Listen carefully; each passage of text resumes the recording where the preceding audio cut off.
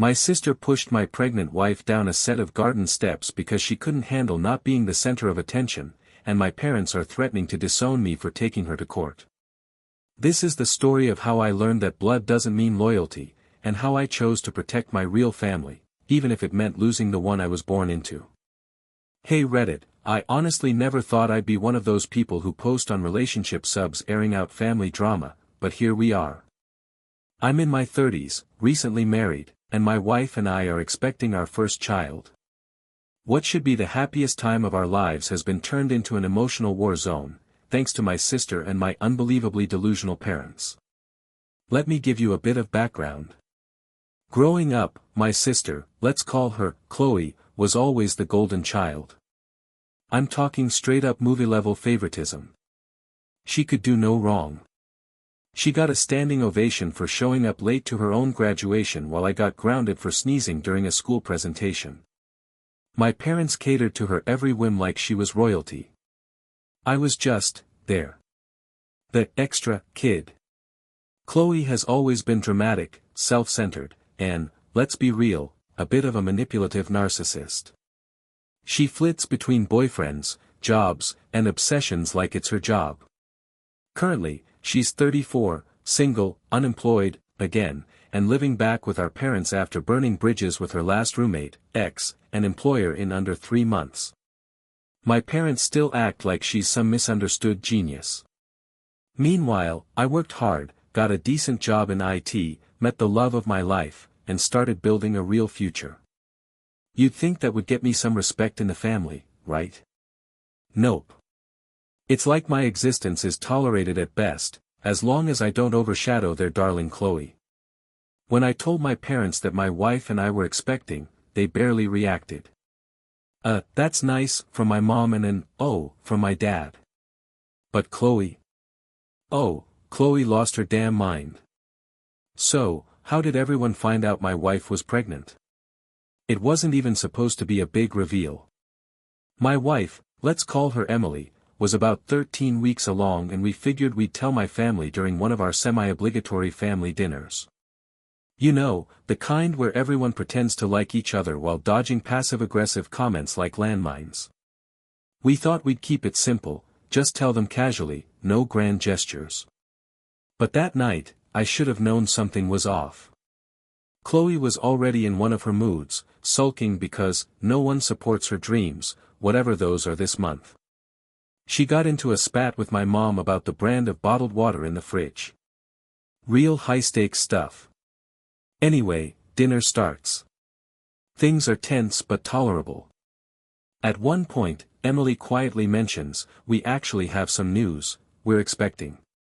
She smiled, touched her belly gently. Sweet and simple. What followed was one of those horror movie silences. Forks paused mid-air. My mom blinked like she was trying to remember if she left the oven on. My dad gave this weird half-smile, like he just realized he missed his cue to act surprised. And Chloe? She just froze, staring at Emily like she had said she was expecting to inherit the family throne. Then she scoffed. So that's what this dinner was about.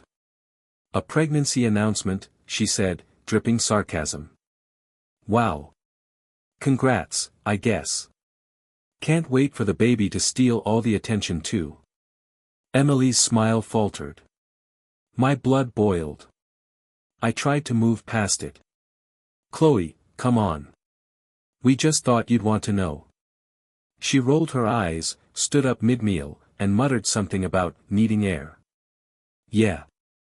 That was the moment I realized this was going to get ugly. But I had no idea just how dark it would get. The days after the dinner were tense, to say the least.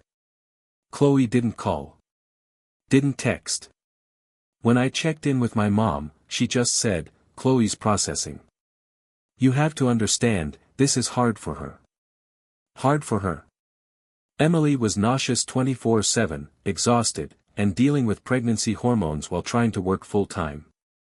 Chloe's struggle was what? That we were starting a family and she wasn't the center of attention for once. But okay. I gave it space. Until Chloe showed up unannounced at our house a week later. She was erratic from the moment she stepped in, complaining about how everyone's lives are moving forward except mine, how Emily doesn't even look pregnant, and how it's just so unfair. I tried to stay calm, told her she needed to leave if she couldn't be civil. That's when she snapped. "You think I'm jealous?" she spat. "I had plans. I was going to be the first to have kids. I was supposed to give mom and dad their first grandchild. Not her. Not like this." She stormed out before I could respond. Later that night, my mom called. "You need to be more understanding," she said. "Chloe's been going through a lot. She had a rough breakup, and her business idea fell through." Rough breakup? Business idea? That doesn't justify the venom she spewed at my pregnant wife. Emily heard the whole conversation. She didn't say much. Just went quiet. But I saw the tears later, when she thought I wasn't looking. That was the moment I knew this wasn't just a personality clash. This was a ticking bomb, and we were standing way too close. It happened 2 weeks later, and I still can't say it out loud without my chest tightening. Chloe didn't just cross a line, she detonated a damn landmine. We were hosting a small backyard get-together, something mellow for Emily, who was starting to feel the pregnancy weigh on her. A few friends, some grilled food, nothing flashy. Just peace and quiet, which we both desperately needed. Then Chloe showed up. Uninvited. I didn't want a scene, especially not around our friends, so I tried to keep things civil. Chloe was off. She drank way too fast for someone who claimed to be cutting back, and kept making passive-aggressive digs about how some people trap men with babies, and not everyone needs to reproduce to feel valuable. It was disgusting. Emily tried to ignore her, focusing on chatting with our friends and helping set up. I was inside grabbing drinks when I heard yelling. By the time I got outside, Chloe was squared up in front of Emily, who looked cornered and visibly shaken. Chloe was yelling, something about how Emily stole her moment, that she was trying to erase her from the family. Emily tried to back away. She said, "Chloe, please. I'm done. I don't want to do this right now." And then Chloe shoved her. Not just a push, a shove. Hard. Emily stumbled backward. Her foot caught the edge of the garden steps. She went down. She landed twisted, on her side, one arm bent under her awkwardly, a sickening thud echoing off the patio stones. I'll never forget that sound. Everything after that was chaos.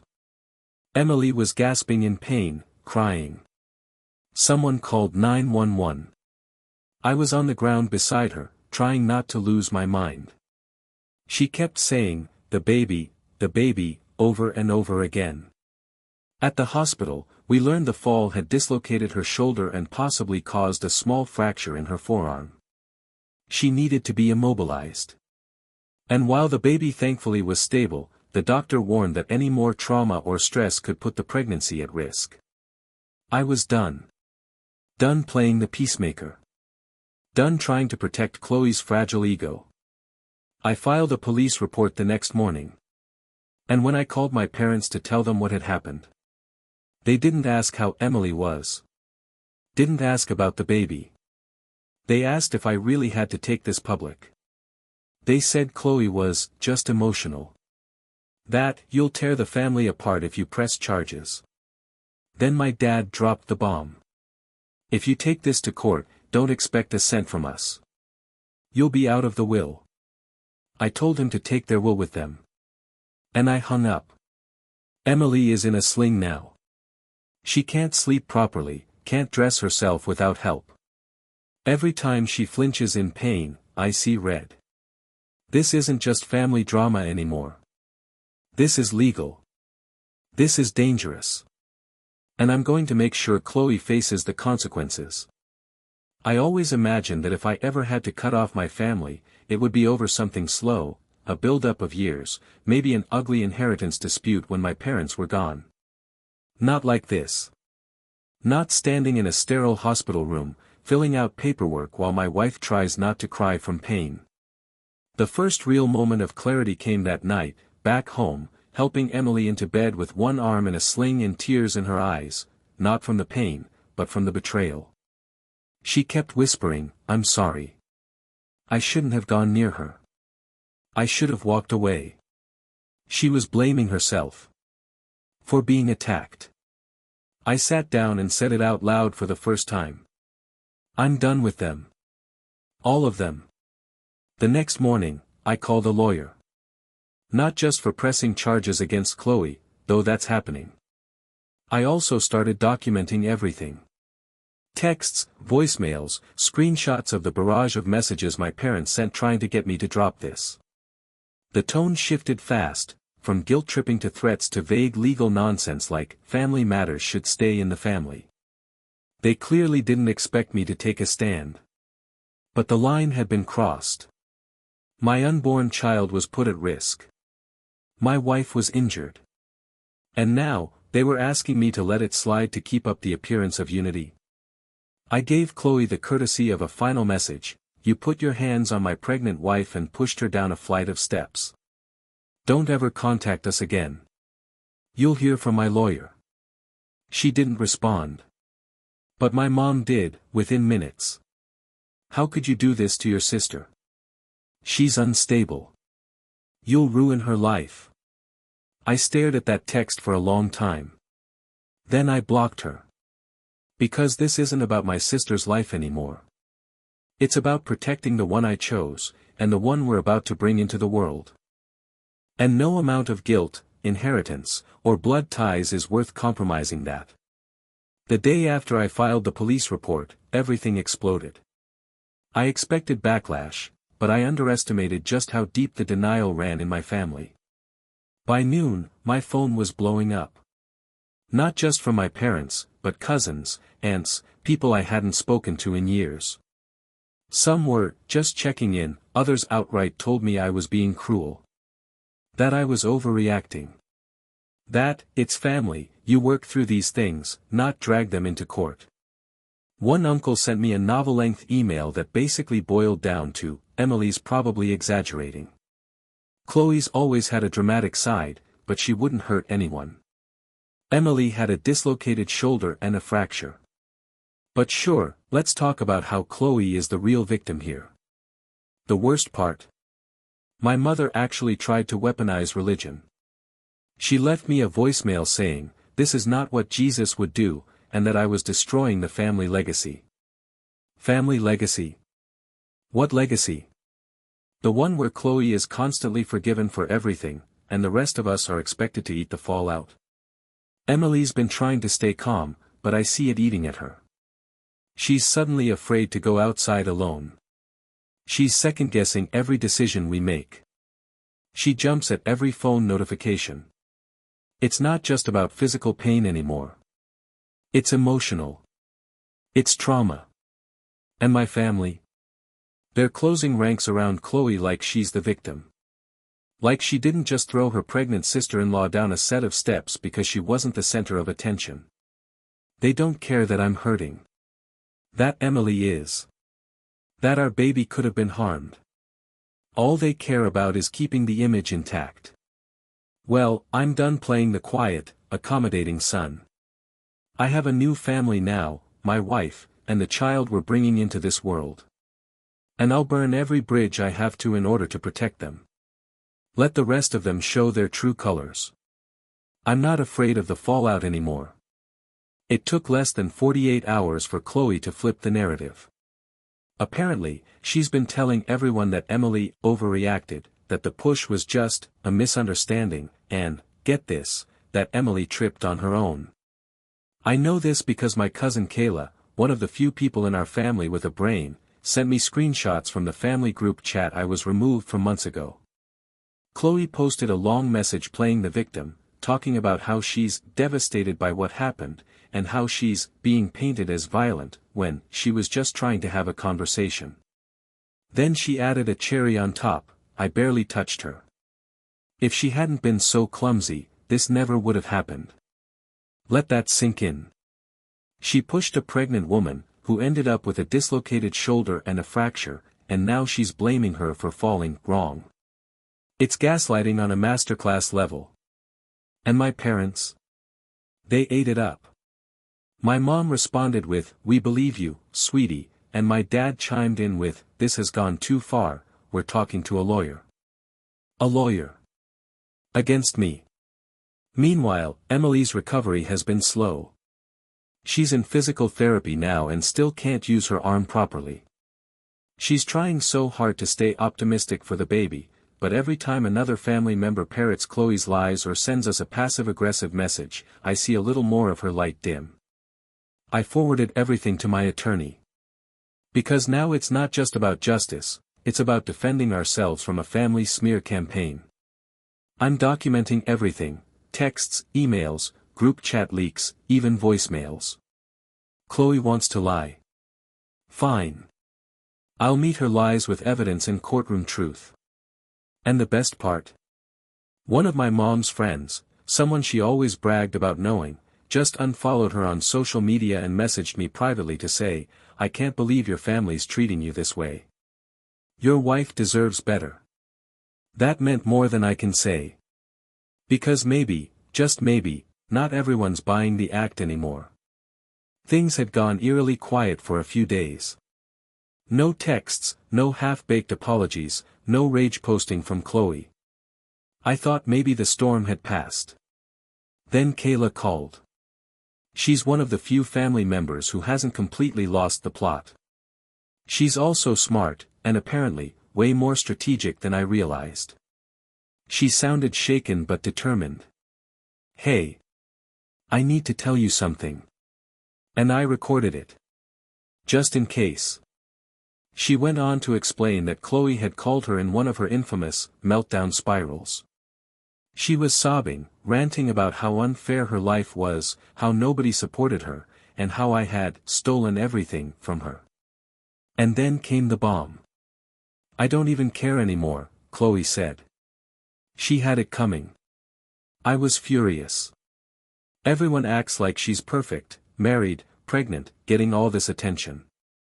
I wanted her to feel what it's like to be broken. So yeah. I pushed her. On purpose. And I don't regret it. Kayla, bless her, kept her cool and kept the recording going.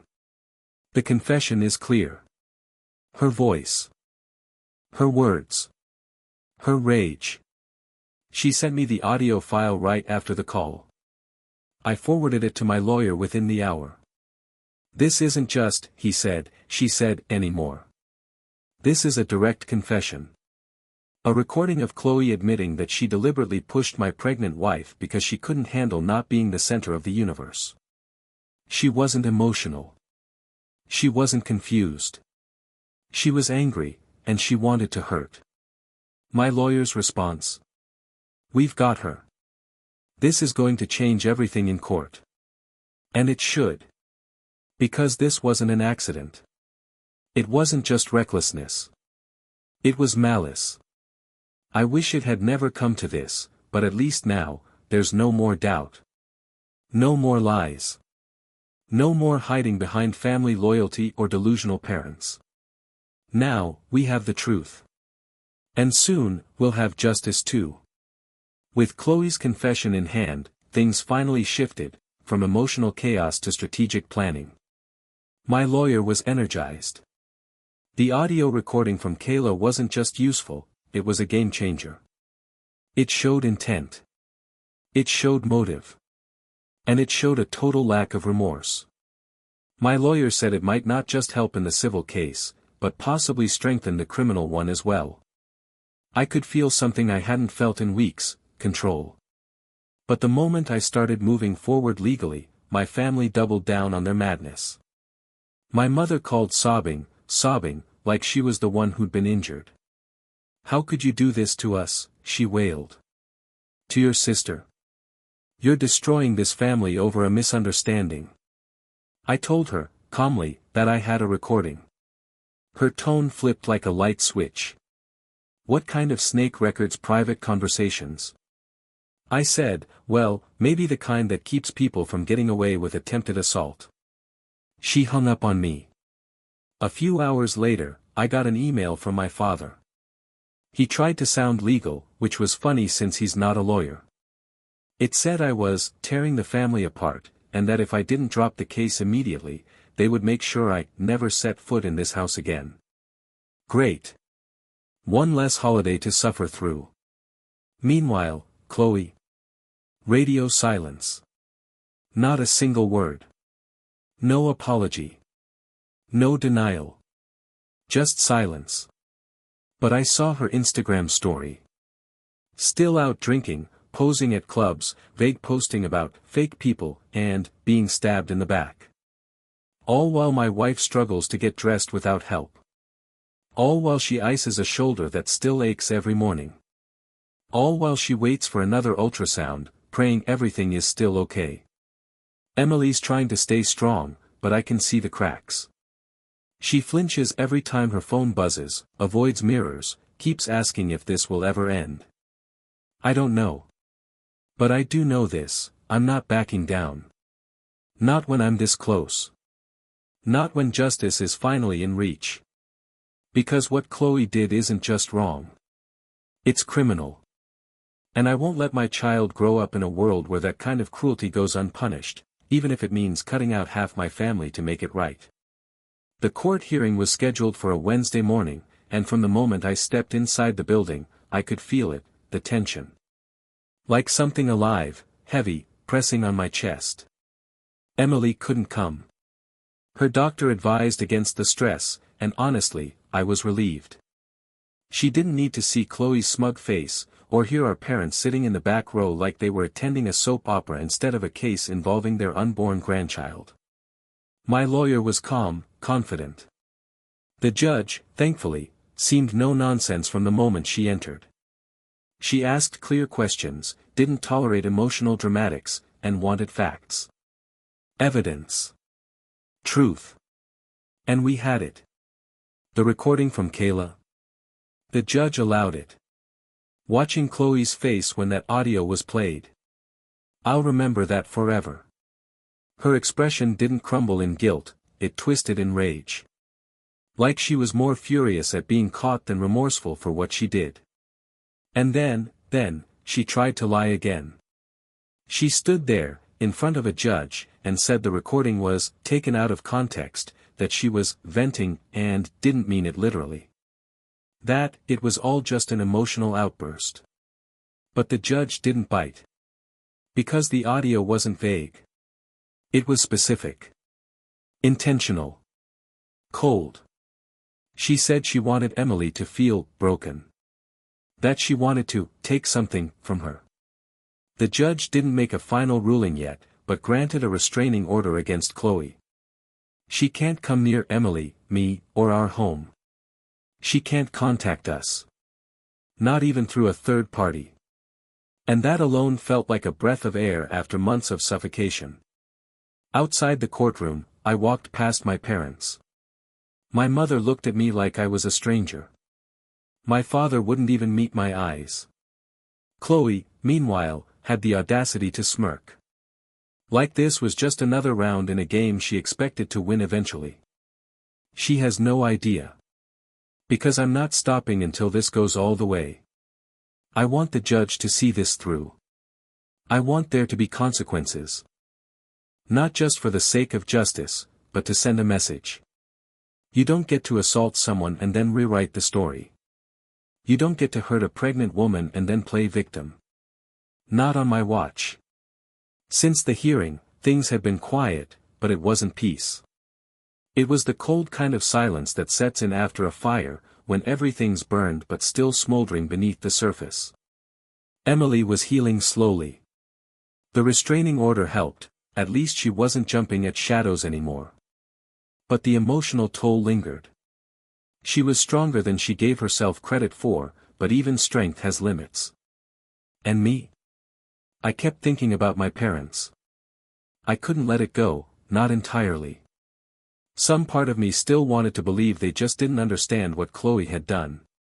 That maybe, if I showed them the truth, the recording, the medical reports, they'd finally see. Really see. So I called them. One last time. I laid it all out, again. I reminded them Chloe admitted she pushed Emily. That she confessed to doing it out of jealousy, that we had it on tape. That Emily was injured. That the baby could have been harmed. I told them this wasn't family drama. It was assault. My mother sighed. That long, drawn-out sigh that always meant I was about to be scolded. We know, she said quietly. You know? I asked, stunned. We know, my father echoed. And we think you've made your point. Now let it go. Let it go. She's your sister, my mother said, voice cool now. You've always been difficult, but this is too much. If you continue with this lawsuit, we won't be a part of your life. Not yours. Not your wife's.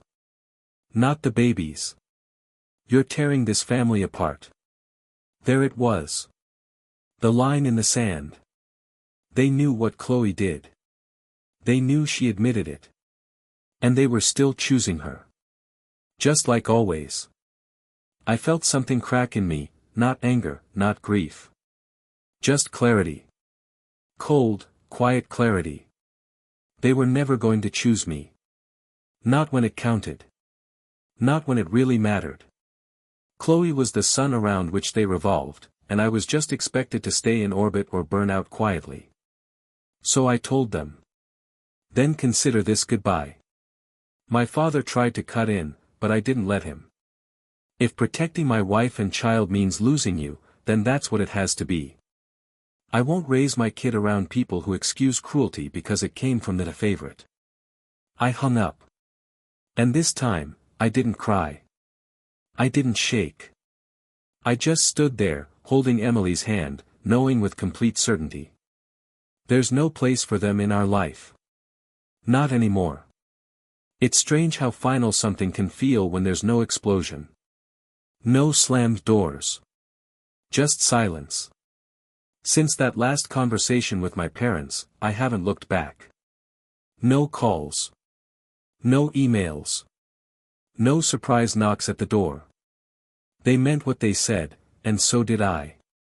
For the first time in my life, I set a boundary with them they couldn't cross. And they didn't try. Because it's not that they couldn't understand, it's that they wouldn't. At first, there was a hollow ache in my chest. Grief, I guess. Not for the people they are, but for the parents I used to wish they'd become. The ones who would finally see me. Support me. Love me like they loved Chloe. But that grief passed quicker than I expected. Because now, there's room for other things. Peace. Safety. Focus. Emily's recovery is slow, but steady. Her smile's coming back. She's even started picking out baby clothes and researching cribs again, things she avoided for weeks after the fall. It's like she's daring to believe this chapter won't end in disaster. And I'm doing the same. We found a new OB/GYN who specializes in high-risk pregnancies and trauma-informed care. We moved our appointments to a different clinic, one farther from the city, and miles away from the memories of that awful night. We even joined a local parenting group that meets weekly. No one knows our history there.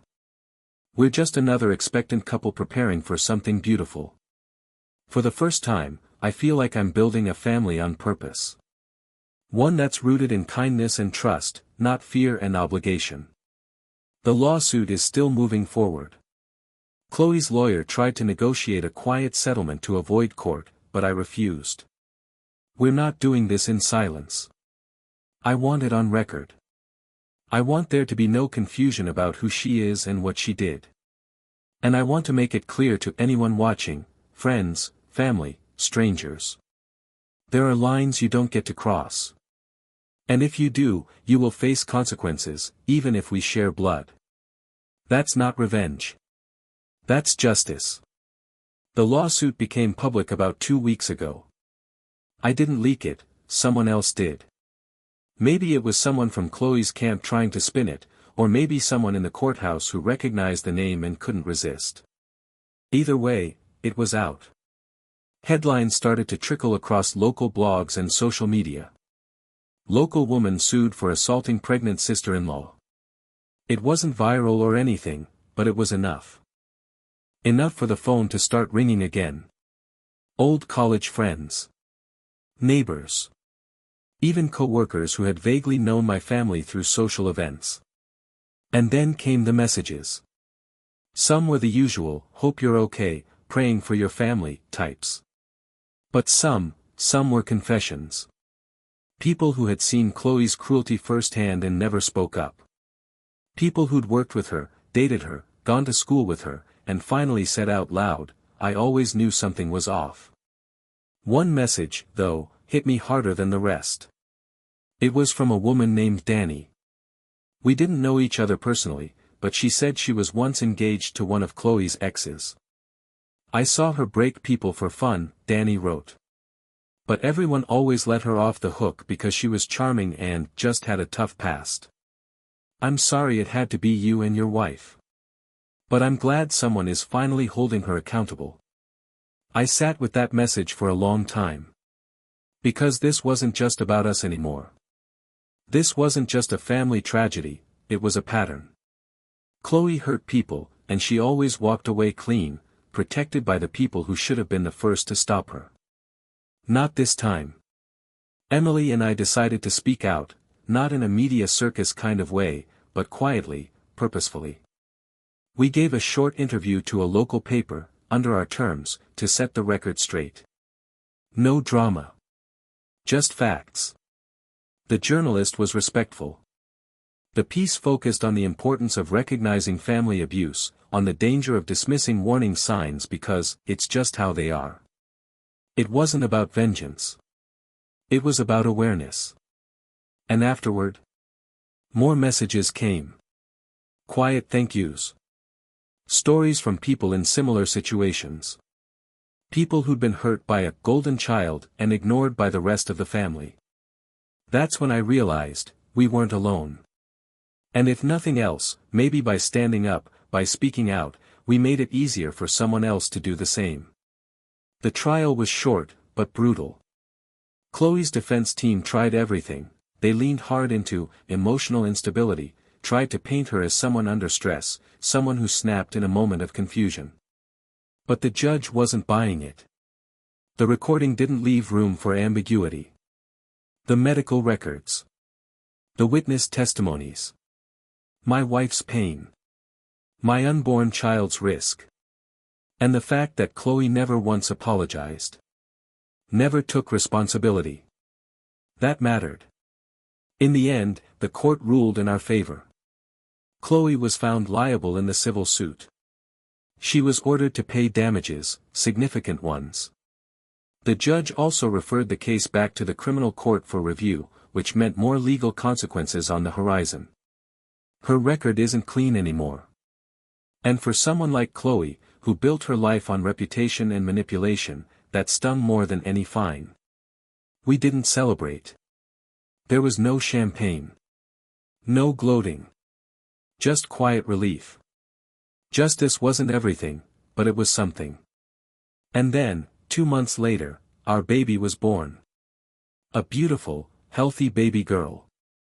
Emily cried when she first held her, and I did too. Not from fear this time, but from the sheer weight of everything we had survived to get here. We brought her home wrapped in the softest blanket, to the safest home we could create. And for a few days, we were just a family. New, healing, whole. Then the doorbell rang. I opened it to find my parents standing there. Smiling. Holding a giant pink gift basket and a stuffed bear. My mother had tears in her eyes. My father wore that fake, stoic expression he always used when he didn't want to admit he was wrong. We wanted to meet our granddaughter, my mom said gently, like the last year hadn't happened. I didn't let them finish. You need to leave, I said, voice calm. Right now. We just want to talk. No. You made your choice. You defended someone who nearly killed my child before she was born. You called me a liar. You threatened to disown me, and now you want to hold her. My father stiffened. We're family. No, I said. We were. Now you're just strangers with matching DNA. Leave or I'll call the police. They stood there for a second, stunned, like it hadn't occurred to them I might actually shut the door in their faces. But I did. And I didn't look back. Because that tiny baby girl's sleeping in Emily's arms. She deserves a life surrounded by people who love her fiercely. Not conditionally. Not performatively. And I'll protect that for her, every single day. It's been 6 months since the trial, and 3 since I turned my parents away at the door. In that time, I've had to mourn 2 things, the idea of the family I thought I had, and the illusion that I ever could have made them change. I don't feel anger anymore, not really. Just clarity. I used to think love was about compromise. About letting people come back after they've hurt you, especially if they're family. I thought setting boundaries meant being selfish. That standing up for yourself meant you were difficult. I don't think that anymore. I think love is what you give to people who prove they can hold it gently. People who fight with you, not against you. And blood doesn't guarantee that. Emily is stronger now. There are still hard days, flashbacks, fears, but she's a mother now. And I see her fight through it every time she holds our daughter close and whispers, "You're safe." As for our daughter, she's everything. She laughs in her sleep. She has Emily's eyes. She grips my finger like she's never letting go. And she won't have to. Because I'll be here. Every time. Always. If there's anything I'd tell someone reading this who's in a similar place, wondering if you're the bad guy for setting boundaries, for walking away, for demanding better, it's this. You're not. You're not ungrateful for refusing to let your abusers wear the mask of family. You're not cold for choosing peace. You're not broken for grieving people who are still alive. You're just healing. And that's worth everything.